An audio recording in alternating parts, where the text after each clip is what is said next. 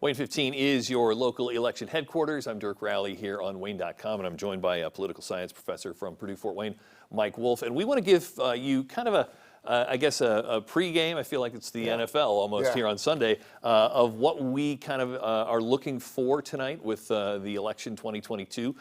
Some of the key races that may just be more interesting, or certainly could be surprises if something goes not according to Hoyle as what we might expect. So let's start with representative for U.S. House District 3, the Jim Banks seat. He's got not one but two challengers here with independent Nathan Gotch and Democrat Gary Snyder. As you look at this, Nathan Gotch is obviously going to get some votes. Is he going to take them away from Gary Snyder or Jim Banks? That's a great question. I think it could come from both. But in reality, you know, particularly right now with the Republican divide over who's a Trumpster, who's not a Trumpster, we might see some comfortable landing for a little bit more maybe of the traditional Republican that might not like that direction. So Lynn Cheney. The Republican primary, if we go back, that elected Donald Trump, but there were two counties that were in favor of Ted Cruz, and Allen County was one of them. So there is, I mean, at least then, 2016, some anti, or you know, maybe Trump wasn't quite there yet. So maybe you're saying those folks might come back, decide Nathan Gotch is an alternative. Right, particularly with the other races on the ballot. I mean, these are people who show up to vote. And there's plenty of races with good candidates and competitive stuff going on. So I think, you know, rather than sitting out a whole election, this might be an opportunity. It feels like, though, ultimately a bit of a stretch. And all, like if you're, you know, if we had to put money on this race, I have a feeling Jim Banks wins pretty easily. Yeah, Jim Banks is giving a lot of money to other candidates around the country, which is a good indication of where the campaign thinks they stand. And building up his name brand for potentially taking over the House and probably slipping into some leadership position at some level. Yeah, it would be an interesting race then after the race to see how he does as the apparently campaigns for the number 3 spot in the U.S. House should the Republicans take the majority. Well, it shouldn't count too quickly. Right, exactly. That's just it. I mean, that's why. But that is, I think, on the minds of a lot of Republicans, you know, heading into this election too. Right. I think I've talked to a few of them that said, I want to go vote for Jim Banks specifically because I like the fact that Northeast Indiana could have somebody high up in leadership. Absolutely. Let's move to the new 82. This is an Indiana House district that has seen lines redrawn, so no incumbent in this race. Kyle Miller has run unsuccessfully twice against Martin Carbaugh, so heavily financed, is very good name recognition because of 2 campaigns on television. David Jones, a newcomer for the Republicans. Much of this district is the city of Fort Wayne. It seems to lean towards the Democrats. What do you see in this one? Yeah, I mean, this is going to be a great race to see exactly how the get out the vote efforts are. I mean, I think that in the previous races, as you said, the get out the vote effort on the part against Carbaugh was pretty impressive.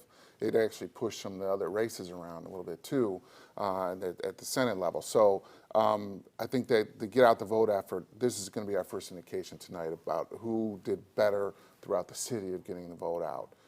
Which could have a lot of ramifications for other elections. That's what I was going to ask. Is that an element where we look at this, and if somehow, again, if it's supposed to go Democratic but it goes Republican, does that mean up the ticket further Republicans could be scoring victories that maybe they wouldn't have expected to win? Right, particularly in this year where really the advantage for the challenging party to the presidency, the out party, they usually have a much greater ability to mobilize voters. They're a little more motivated. So, you know, the get out the vote effort really has to be powerful for the Democrats to do well. Little pregame here on Wayne.com before the results, of course, start rolling in after 6 o'clock when the polls close in Indiana with Purdue political science professor Mike Wolf. Talk about the Indiana Secretary of State race. This one's fascinating because I think Pete Buttigieg just said somewhere that in Indiana, for the Democrats to win at this point, the Republicans need to make some sort of misstep. Nominating Diego Morales may be a misstep. A lot of people say he's a flawed candidate. How do you see this one happen? Yeah, and particularly, again, with the get out the vote effort, not debating, not really engaging much in the campaign in the normal way, having some controversy and other aspects really is a way. And I think that, again, the recruitment of a solid Democratic candidate who's been around the state, really, I mean, has hit this race hard is noteworthy. But I think Mayor Pete is right that this is quite a hefty kind of statewide something to overcome, particularly with the Senate race. It's also statewide that has its own mobilizing factors. It's going to be a stretch to do, but at the same point, it'll be interesting to see how people have voted strategically tonight on this. Yeah, particularly, hey, this is a race that really matters for these type of elections, in particular. And we used to, in political science, we often use the Secretary of State as a underlying measure of the base partisanship of a state. And I don't think we're going to be able to use that for this state, and particularly given the dynamics of this race. How much of a factor, if instead of being a two-person race, making the Libertarian candidate in there, could that throw a wrench into either side's plans? Yeah, I mean, it's very hard for people to cross over and vote for the other party, potentially. So this might be a soft landing for some frustrated Republicans, just as we mentioned in the other race. At the same time, it's hard for Democrats to win right now, given what we've seen, the dynamics of 16 and 18, where they had really good Senate candidates and really got smoked in both of those cases.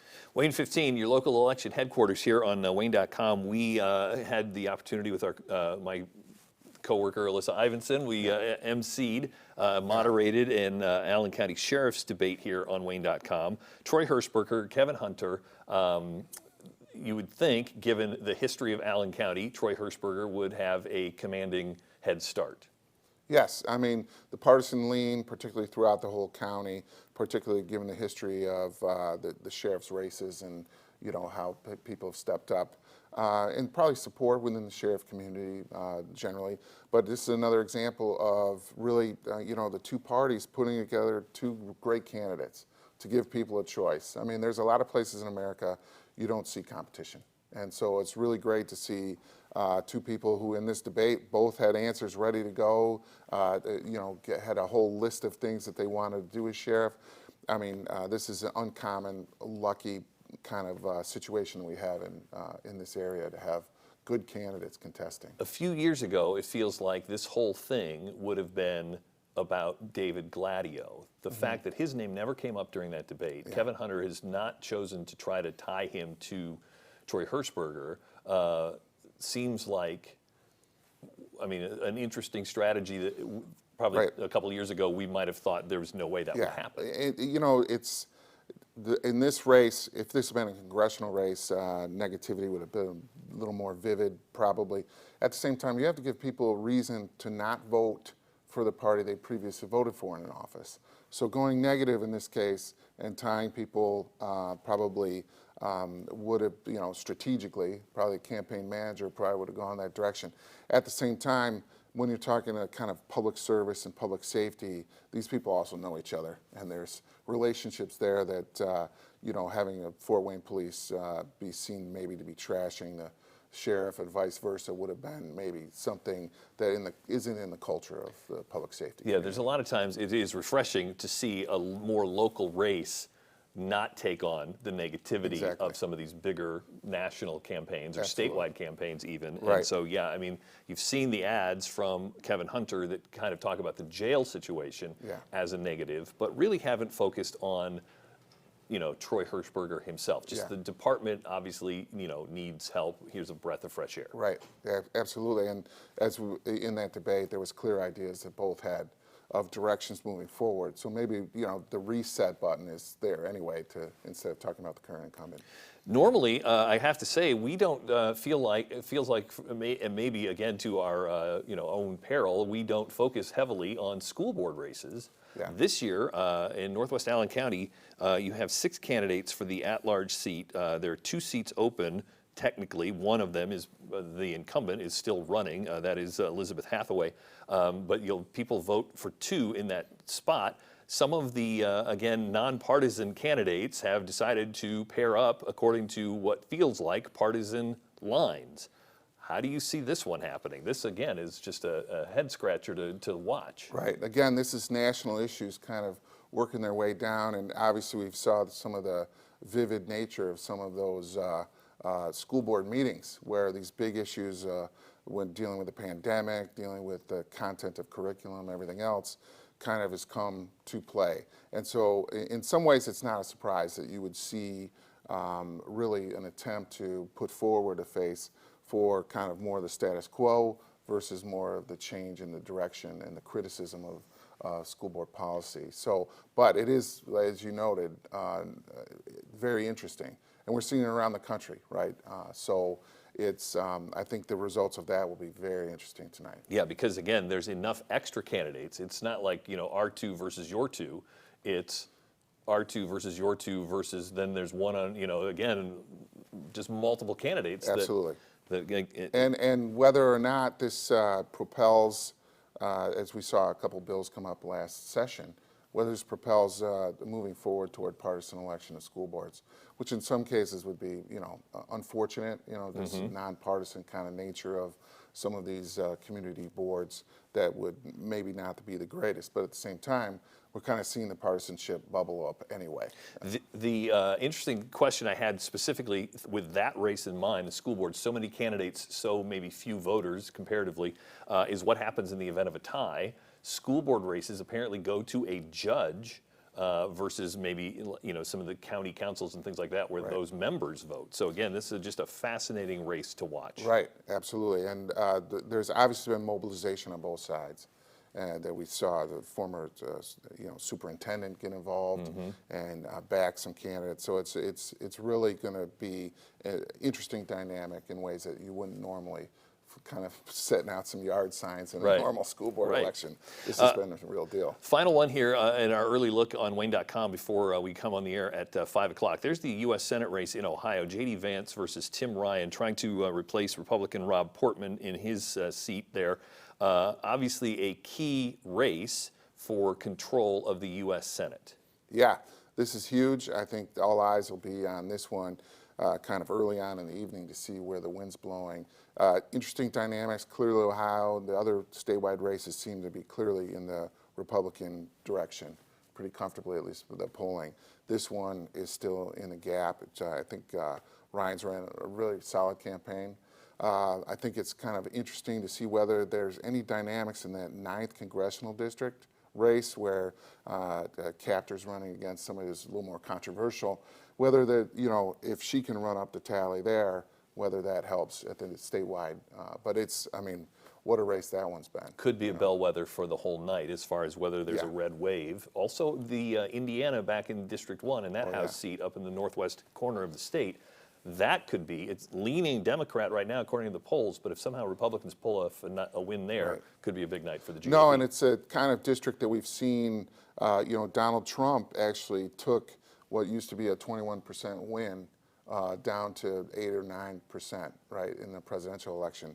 In this midterm stuff where you kind of lose that partisan advantage because of the motivation, and with a steel district, a lot of workers that maybe have leaned toward Trump actually in the past. So, and he's motivated them. He put together steel, the stuff against China. And so whether that's a motivating factor and is really going to be interesting. There's a lot of national eyes on that race, actually. All right. Yeah. So there we go. There's the first look here from Wayne.com, your local election headquarters here with Mike Wolf, who will be joining us at 5 at 6. Again, online, maybe after 8 o'clock when we have some actual results, a solid look. We'll have our first ones at 6 o'clock and then again tonight at 11. So again, look for us first at 5 on Wayne 15, and until that time, you can stay tuned for the results, which you can see on air and on Wayne.com.